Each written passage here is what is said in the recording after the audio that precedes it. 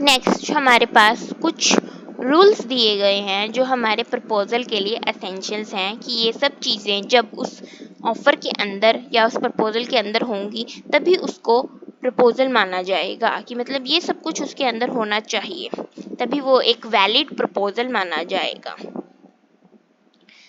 सबसे पहले हमारा रूल है लीगल ऑब्लिगेशन। लीगल ऑब्लिगेशन मतलब हम ऐसे कह सकते हैं कि हमारे माइंड में हमने ये पहले ही सोच रखा है कि अगर उस पर्सन ने वो चीज़ पर्टिकुलरली नहीं की, उसने अपनी परफॉर्मेंस नहीं की, तो हम उसके खिलाफ कोर्ट में केस स्यू करेंगे। अब जैसे इसमें हम दो एग्जांपल लेंगे कि मैंने अमेज़ोन से टीवी मंगवाई, उन्होंने मेरे घर टीवी डिलीवर नहीं करी, तो इसमें मैंने पहले ही सोच रखा था कि अगर जो वो डिलीवर नहीं करेंगे तो मैं उनके खिलाफ एक्शन लूंगी। और सेकंड हमारा जो है उसमें हम इसको ले सकते हैं सोशल। सोशल में हम ऐसे कह सकते हैं, जैसे मैंने अपनी फ्रेंड को इनवाइट किया कि मेरा बर्थडे है, तुम आना।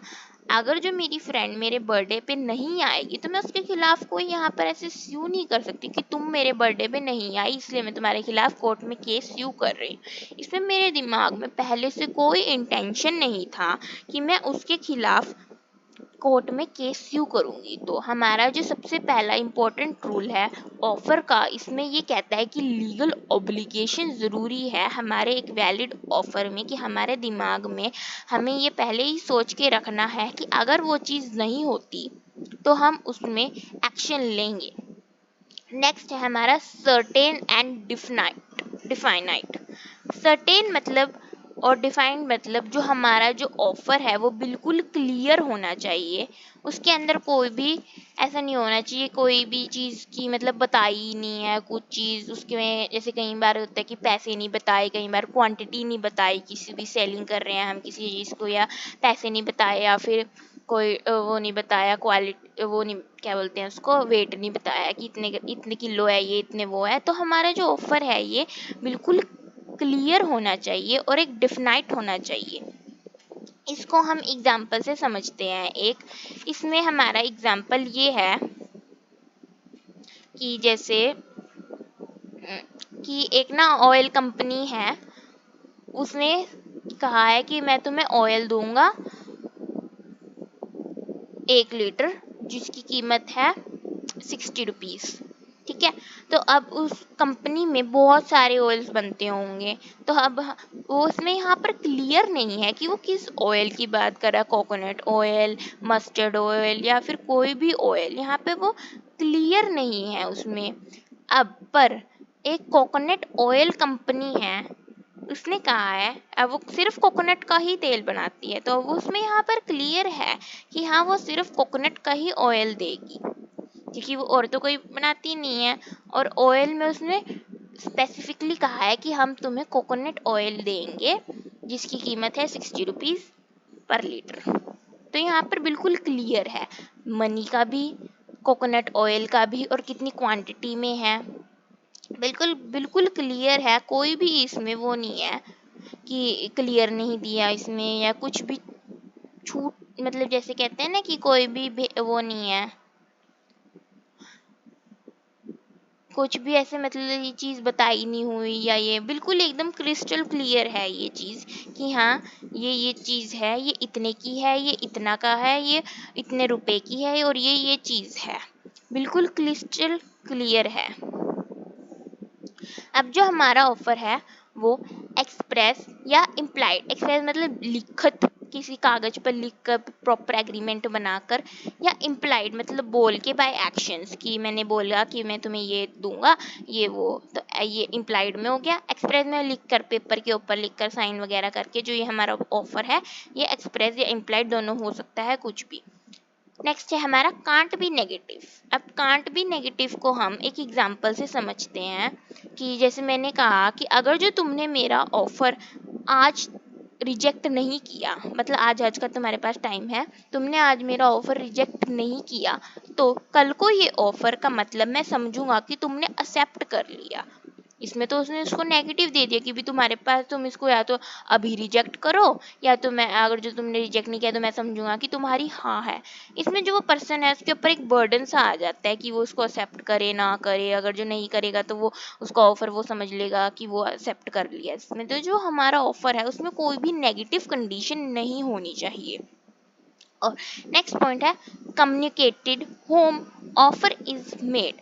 अब इसमें जो हमारा ऑफर है किस पर्सन के लिए है, उस पर्सन को पता होना चाहिए कि ये ऑफर उसके लिए है। उसको उस चीज की, उस ऑफर की पूरी नॉलेज होनी चाहिए। जब तक उस पर्सन को उस ऑफर की नॉलेज नहीं होगी तब तक वो पर्सन एक्सेप्ट नहीं कर सकता उस ऑफर को, क्योंकि उसको पता ही नहीं है कि ये ऑफर है। उसको बाद में पता लग रहा है तो उसका तो कोई मतलब नहीं ना, उसने बाद में क्या फ़ायदा। जब वो ऑफर आया था तब उस पर्सन को पता होना चाहिए कि हाँ ये करके ऑफर है, ये इसके टर्म्स एंड कंडीशन है या जो भी है इसमें। अब उसके पास है ही नहीं, उसको पता ही नहीं है, तो उसके दिमाग में कोई लीगल ऑब्लिगेशन भी नहीं होगी इस चीज़ के ऊपर, कि उसको पता ही नहीं, इसको पता ही नहीं कि ये ऑफर एग्जिस्ट भी करता है। तो इसका हमारे पास एक केस लो है, लालमन शुक्ला एंड गौरी दत्त। इसमें क्या होता है कि जो गौरी दत्त होते हैं ना, उनका नेफ्यू होता है, वो खो गया होता है। तो गौरी दत्त अपने जो सर्वेंट लालमन शुक्ला को बोलते हैं कि तुम इसको ढूंढ के लाओ। तो वो ढूंढने जाते हैं ना, तो उसके बाद जो गौरी दत्त होते हैं उन्होंने एक ऑफर रिलीज किया होता है एट पब्लिक कि जो भी मेरे नेफ्यू को ढूंढ के लाएगा मैं उसको रिवॉर्ड में $100 दूंगी। अब उसको पता ही नहीं होता, जो लालमन शुक्ला होता है वो एज अ सर्वेंट वहाँ पर काम कर रहा होता है, उसको इस ऑफर के बारे में कुछ नहीं पता होता कि ऐसा कोई ऑफर है भी या एग्जिस्ट भी करता है। पर गौरी दत्त ने ऑफर निकाला हुआ होता है। तो वो जो लालमन शुक्ला होता है उसकी एज अ सर्वेंट ड्यूटी थी कि वो अपने मास्टर का कहना माने, क्योंकि उसने अपने ऑनर का, जो भी उसका गौरी दत्त है उसका मास्टर है, उसका वो कहना माने, क्योंकि एज अ सर्वेंट उसकी ड्यूटी थी। तो यहाँ पर लालमन शुक्ला ये नहीं कह सकता कि मैं ढूंढ के लाया हूँ तो तुम मुझे $100 दो।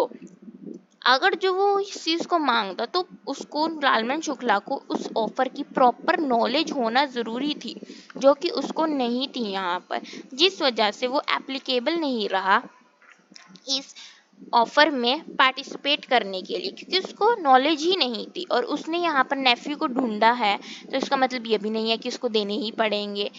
उसने as a servant Gauri Dutt का नेफ्यू को ढूंढा है, क्योंकि एज उसकी सर्वेंट ड्यूटी थी, गौरी दत्त ने उसको ऑर्डर्स दिए थे कि जाओ तुम ढूंढ के लाओ उसको।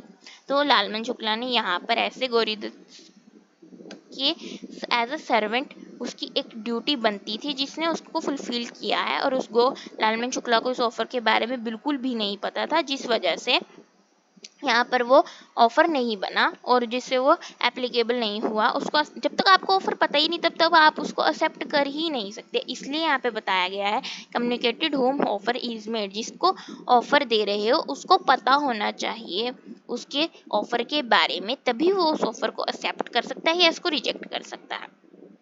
नेक्स्ट है obtain consent of the person.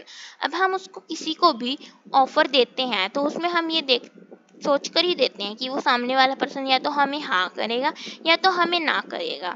इसमें हमें ऑफरी होता है, जो हमारा, जिसको हम ऑफर देते हैं उसको ऑफरी बोलते हैं, तो हमें उसका कंसेंट यहाँ पर ज़रूरी होता है कि हम उस पर्सन का कंसेंट लें कि हाँ वो ये चीज़ करेगा या नहीं करेगा, वो हाँ है उसकी या ना है, उसने एक्सेप्ट किया है या रिजेक्ट किया है, तभी हम उसको ऑफर देंगे ना। ऐसे बोल के छोड़ने से तो हम रहे कि तुम ऐसे करो, वो कुछ ना कुछ तो अपना रिप्लाई तो देगा हाँ में या ना में, किसी भी चीज में।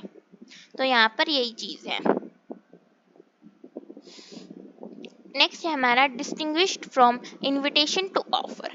अब हमारा जो ऑफर और इनविटेशन टू ऑफर है इसमें एक छोटा सा डिफरेंस आता है जो हमें पहले समझना जरूरी है। इनविटेशन टू ऑफर हमारा यहाँ पर इनडायरेक्ट वे होता है ऑफर देने का। जैसे फॉर एग्जांपल सेल लगती है न्यूज़पेपर्स में सेल का वो जैसे पैम्पलेट छप के आता है कि हमारे यहाँ सेल लगी है, आप आए। तो यहाँ पर वो एक इनडायरेक्ट वे में वो किसी भी एक पर्टिकुलर पर्सन को ऑफर नहीं दे रहा कि आप आए यहाँ पर, ये सबके लिए पब्लिक में होता है, बस ये इनडायरेक्ट होता है कि आप यहाँ पर आए, क्योंकि उन्हें पता ही नहीं होता कौन है कौन नहीं है। तो वो यहाँ पर जब वो पर्सन्स आते हैं उस इनविटेशन टू ऑफर में जाते हैं वहाँ पर उस सेल में, तब उनको वहाँ पर जाके सेल का फ़ायदा मिलता है वहाँ पर, क्योंकि वो एक इनडायरेक्ट ऑफर है। वहाँ पर ये ऐसे नहीं बता रखा कि ये है वो है, यहाँ पे सिंपल उन्होंने सिर्फ बताया है कि हमारे यहाँ 50% की सेल लगी है, आप चाहें तो आ सकते हैं, आप चाहे तो ना आ सकते हैं, क्योंकि अब तो वो मतलब वो ऐसे लिखेंगे नहीं उसमें, जो उनका ऑफर है उसमें वो ऐसे लिखते नहीं है कि आप आए या ना आए, बट जो पर्सन है वो अपनी मर्जी से वहाँ पर जा भी सकता है या नहीं भी जा सकता है। पर जो ऑफर है वो ऑफर में जो लिखते हैं कि आपके लिए ये ऑफर है, जैसे हमारे बोलते हैं ना स्पेसिफिक ऑफर, कि ये मैंने बी को ही किया है, यहाँ पर बी को ही हाँ या ना में जवाब देना पड़ेगा। तो हमारा ऑफर होता है वो। और इनविटेशन टू ऑफर हमारा होता है इनडायरेक्ट, इसमें हम डायरेक्टली किसी को नहीं बोलते कि आप हमारे ऑफर में आए और इसका लाभ उठाएं। अब ऑक्शन सेल्स होती हैं, ऐसी कितनी सारी एडवर्टाइजमेंट होती है कि यहाँ पर पर्टिकुलर जगह पे ऑक्शन सेल्स लग रही होती है, तो वहाँ पर बहुत सारे जो विलिंगफुल पर्सन होते हैं वहाँ पर वो जाते हैं। वहाँ पर जब वो प्राइस कार्स की वहाँ पर बोनी लगती है कि ये इतने हैं ये उतने का है, तो यहाँ पर जो वो ऑफर करने वाले होते हैं जिनके बीच में वो जो जो हैमर मारते हैं उनके बीच में, और जो जो खरीदने वाले होते हैं उनके बीच में आपस में ऑफर चल रहे होते हैं कि मैं इतनी की खरीदूंगा, तो कोई कहता है कि मैं इतनी की खरीदूंगा। तो यहाँ पर उनको पहले से नहीं पता होता कि ये इतने की बिकेगी। वो ऑक्शन की सेल पे डिपेंड करता है कि वहाँ पर कितने टाइप के लोग हैं, कितने टाइप के वहाँ पर अमीर लोग आए हैं, कितनी महंगी बिक सकती है, उसमें उनको पक्का नहीं पता। पर उनको ये ज़रूर पता है कि हाँ यहाँ पर ऑक्शन है, यहाँ पर ये ऑक्शन लग रहा है। अब कंपनीज भी कहती है कि हमारे यहाँ आए आप हमारे शेयर्स खरीदे हमारी कंपनी के, आप शेयर खरीदें हमारे यहाँ पे कंपनी। वो तो जब हम वहाँ पर जाएंगे तब हमें पता लगता है कि हाँ ये कंपनी वाले ये इतने का दे रहे हैं, वो इतने का शेयर है, इतने के उसके पैसे हैं। तो यहाँ पे ये इनविटेशन टू ऑफर है, वो इनवाइट करती हैं सिर्फ जनरल पब्लिक को एक इनडायरेक्ट वे में कि आप हमारे यहाँ पर आए और इसका फ़ायदा उठाएं। और जो हमारा ऑफर है उसमें वो एक स्पेसिफिक पर्सनस के लिए होता है, उसमें वो क्लियर एंड डिफिनाइट होता है, इसके अंदर पूरी terms and conditions clear and definite कि इतने का है, ये इतने में मिलेगा, ये सब कुछ जो भी मतलब जैसे कि ये कोकोनट है वो 50 रुपये लीटर पर लीटर मिल रहा है, तो इसमें ये बिल्कुल क्लियर एंड डिफाइंड होता है इसमें। और ये बिल्कुल ही स्पेसिफिक भी हो सकता है या फिर जनरल भी हो सकता है, जैसे हमने क्लासिफिकेशंस ऑफ ऑफर्स में पढ़े। तो बस इनविटेशन टू ऑफर में सिर्फ इतना फ़र्क है, इनविटेशन टू ऑफर इनडायरेक्ट होता है और ऑफर डायरेक्ट होता है, डायरेक्ट मीन्स होता है, और इनविटेशन टू ऑफर इनडायरेक्ट होता है। तो इसमें जो रूल है ऑफर का वो इनविटेशन टू ऑफर से अलग होना चाहिए, वो इनविटेशन टू ऑफर नहीं होना चाहिए, वो एक डायरेक्ट वे होना चाहिए।